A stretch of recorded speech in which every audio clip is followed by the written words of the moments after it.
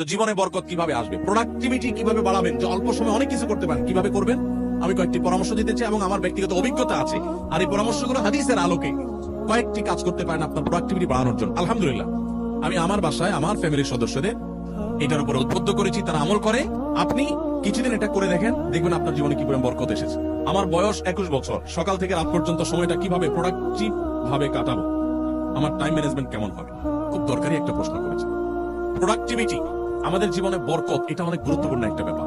ইসলামের ইতিহাসে স্বর্ণযুগের অনেক সোনালী মানবরা আছেন, তাদের মাত্র 30, 35, 40 বছরের জীবনে হাজার হাজার পৃষ্ঠার বই রচনা করেছেন, গবেষণামূলক বই। আজকালকার মতো কপি পেস্ট মার্কা বই না, যে গুগল থেকে নকল করে কপি পেস্ট করে বই লিখে ফেলছে, জি না।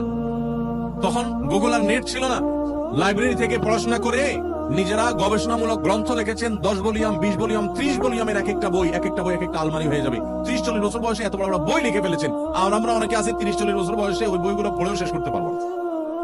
তাদের জীবনে অনেক বরকত ছিল, অল্প সময় অনেক কাজ করতে পারতেন। আমাদের জীবনে বরকত নাই, একেবারে বরকত নাই। দেখতে দেখতে জীবন পার হয়ে যায়, দিন পার হয়ে যায়, কিছু করা হয় না। তো জীবনে বরকত কিভাবে আসবে, প্রোডাক্টিভিটি কিভাবে বাড়াবেন, যে অল্প সময় অনেক কিছু করতে পারেন, কিভাবে করবেন আমি কয়েকটি পরামর্শ দিতে চাই এবং আমার ব্যক্তিগত অভিজ্ঞতা আছে। আর এই পরামর্শগুলো হাদিসের আলোকে কয়েকটি কাজ করতে পারেন আপনার প্রোডাক্টিভিটি বাড়ানোর জন্য। নাম্বার 1, খুব গুরুত্বের সাথে লক্ষ্য করবেন, রাতে দেরিতে ঘুমাবেন না। যারা রাতে দেরিতে ঘুমায় এদের জীবনে বরকত নষ্ট হয়ে যায়, এদের জীবনে প্রোডাক্টিভিটি থাকে না। দেখুন, পৃথিবীতে যে সমস্ত দেশগুলো উন্নত হয়েছে, আপনি আমেরিকা বলেন, জাপান বলেন, কোরিয়া বলেন, আপনি ইউরোপ বলেন, পৃথিবীর যে সমস্ত অঞ্চলের যে সমস্ত দেশগুলো উন্নত হয়েছে, তাদের দেখবেন সবার একটা কমন লাইফস্টাইল হলো তারা রাতে তাড়াতাড়ি ঘুমায় পড়ে। সমস্ত উন্নত দেশের সব মানুষদের মধ্যে এই কালচার আছে। সারা পৃথিবীতে যে দেশগুলো উন্নত হয়েছে তারা সবাই দেখবেন সন্ধ্যার পর শুয়ে পড়ে। আর আমাদের বাঙালির রাত শুরুই হয়ে হলো 10টার পর, তাই না?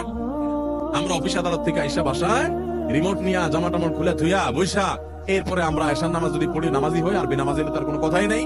আইসা আমরা সোফা বসে এবার আমরা রিমোট দিয়া একটা পর একটা চ্যানেল পাল্টাতে থাকি, এরপরে মোবাইলে ফেসবুকে আদাইতে থাকি, খাওয়া দাওয়া করে শুধু শুধু আমাদের 12টা, 12:30, 1টা। এই যে দেরিতে ঘুমাই, আমাদের জীবনের প্রোডাক্টিভিটি নষ্ট হয়ে যায়, বরকত নষ্ট হয়ে যায়। যে তরুণ তার প্রোডাক্টিভিটি বাড়াতে চায়, সেজন্য রাতে তাড়াতাড়ি ঘুমায়। রাতে তাড়াতাড়ি ঘুমায়, যেগুলো রাতে করবেন ওগুলো সকালে করবেন। অনেক যুবক আছে পড়াশোনা করে রাত 12টা পর্যন্ত। আরে ভাই, রাত 10টায় আপনি ঘুমিয়ে যান। এই যে 2 ঘন্টা পড়লেন, ওর রাতে উঠে ফজরের সময় 2 ঘন্টা পড়েন, ওই 2 ঘন্টা এই 2 ঘন্টার চেয়ে অনেক বেটার হবে। কারণ 6-7 ঘন্টা 8 ঘন্টা ঘুমের পরে যে ফ্রেশ মুড থাকবে, ওই সময় পড়লে সেই পড়াটা অনেক তাড়াতাড়ি আপনার আত্মস্থ হবে। আপনি সারা দিনের হ্যাসেলের পর রাত্রে পড়তে যান, আপনার মাথায় পড়াটা এত তাড়াতাড়ি রপ্ত হবে না, যত তাড়াতাড়ি রপ্ত হবে 6-7 ঘন্টা ঘুমানোর পর। আমি একটা কথা সবসময় বলি, এই যে হেফজুখানার ছাত্রদেরকে আমরা পুরস্কার দিলাম আজকে, সারা বাংলাদেশের সমস্ত হেফজুখানার ছাত্রগুলো এক একটা মিরাকল, এক একটা অলৌকিক। কারণ এই যে অলৌকিকত্ব, এক একটা অলৌকিক বিষয় এদের মধ্যে রয়েছে, সেটা হলো যে এরা সবাই ছোট ছোট বাচ্চা মানুষ 30 পারা কোরআন হেফজ করে ফেলে মাত্র 2 বছরে, 1 বছরে, 6 মাসে বিভিন্ন সময়। কিভাবে সম্ভব? 30 পারা কোরআন, এত বড় কোরআন পুরোটার হেফজ করে ফেলে, মুখস্থ করে ফেলে, কিভাবে সম্ভব? যে কয়েকটা সিক্রেট আছে, এই সিক্রেটস গুলোর মধ্যে একটা সিক্রেট হলো, একটা রহস্য হলো যে হেফজখানায় 100% ছেলেরা রাতে তাড়াতাড়ি ঘুমায়। তারা রাত 10টার ভিতরে 100 ভাগ হেফজখানার ছাত্র সারা বাংলাদেশে ঘুমায় পড়ে। কোথাও পাবেন না 10টা বড় ছেলেরা পড়ালেখা করে, সব 10টার মধ্যে ঘুমায় যায়। পুরা কোরআন হেফজ করে ফেলা অল্প সময়ের মধ্যে, আবার রাত জেগে পড়ে না। কিভাবে সম্ভব? কারণ তারা ওই যে আবার ভোরে উঠে যায়, ভোরে উঠে পড়ে। ওই ভোরের সময়টা রাতের 4 ঘন্টা, আর তখন 1 ঘন্টা সময়। এই জন্য প্রোডাক্টিভিটি বাড়াতে চাইলে রাতে তাড়াতাড়ি ঘুমাইতে হবে। যেটা রাত জেগে করবেন, যে কাজটা সেটা ভোরে করবেন। 1, 2 নম্বর হলো সকালে ঘুমাবেন না। সকালে ঘুমানো যাবে না। সকালের ঘুম মানুষের জীবনের বরকত নষ্ট করে দেয়। আমাদের নবী সাল্লাল্লাহু আলাইহি ওয়াসাল্লাম দোয়া করেছেন, আল্লাহুম্মা বারিক লি উম্মতি ফি বুকুরিহা। আল্লাহ আমার উম্মতের জন্য সকালের সময়টাতে বরকত দান করবেন, আর ওই টাইমে আপনি ঘুমায় থাকেন। সকালে আপনি পড়ালেখা করেন, ছাত্র মানুষ, তাহলে পড়ালেখা বরকত হবে। আপনি কর্মজীবী, কাজ করেন, আপনার কাজে বরকত হবে। আপনি কৃষক, কৃষি কাজ করেন, আপনার জীবনে বরকত হবে। আমাদের সমাজে, আমাদের দেশে 9টা 10টা, সকাল 9টা 10টা 11টা আগে দোকান করে না, কারণ পাবলিক ঘুমায় থাকে না, রাত জায়গায় আড্ডা মারে আর সকালে ঘুমায় থাকে।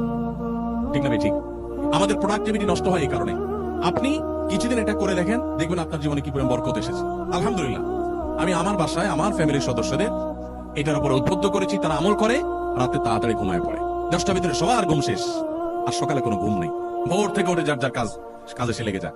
আবার দরকার হলে দুপুরে একটু ঘুমাবেন, সুন্নাত সেটা, আর এর বাইরে কোনো কাজ করবেন না। তাহলে প্রোডাক্টিভিটির জন্য 1 নম্বর হলো রাতে তাড়াতাড়ি ঘুমাবেন। 2 নম্বর হলো ফজর পরে ঘুমাবেন না। ফজর পরে জেগে থাকবেন, কাজ শুরু করবেন। আর রাতে তাড়াতাড়ি ঘুমালে এমনি ফজর সময় আপনি ঘুমিয়ে যাবে, কারণ সারা রাত ঘুম, বড় রাত ঘুম হয়ে যাবে ইনশাআল্লাহ। 3 নম্বর এবং সর্বশেষ প্রোডাক্টিভিটির জন্য যেটা বলতে চাই, তা হলো এই মোবাইল এবং বিভিন্ন রকমের ডিভাইসের নেশা বন্ধ করতে হবে। তা না হলে প্রোডাক্টিভিটি কখনো বাড়বে না। মনে রাখবেন, মোবাইলের নেশায় ভূত হয়ে থাকে আর জীবনে বড় কিছু করতে পারছে এমন একটা মানুষ পৃথিবীতে আপনি খুঁজে দেখাতে পারবেন না, একটা মানুষও না। মোবাইলের নেশায় সারাদিন ভূতের মতো মোবাইল টিপে আর আঙুল দিয়ে স্ক্রল করে একটু পর পর, এই মানুষগুলো জীবনে বড় কিছু করতে পারে না যদি এই অভ্যাস না ছাড়ে। এই অভ্যাস যেদিন ছাড়ে সেদিন তৌফিক হতে পারে। একসাথে মোবাইলের নেশাও আছে আবার বড় কিছু করতে পেরেছে, এটা হয় না। অনেককে আমরা ওয়াজ শোনার নাম দিয়ে শয়তান আমাদেরকে মোবাইলের ভিতর লাগিয়ে দিচ্ছে। তাহলে প্রোডাক্টিভিটির জন্য এই কাজগুলো করবে। আল্লাহ আমাদেরকে তৌফিক দান করুন।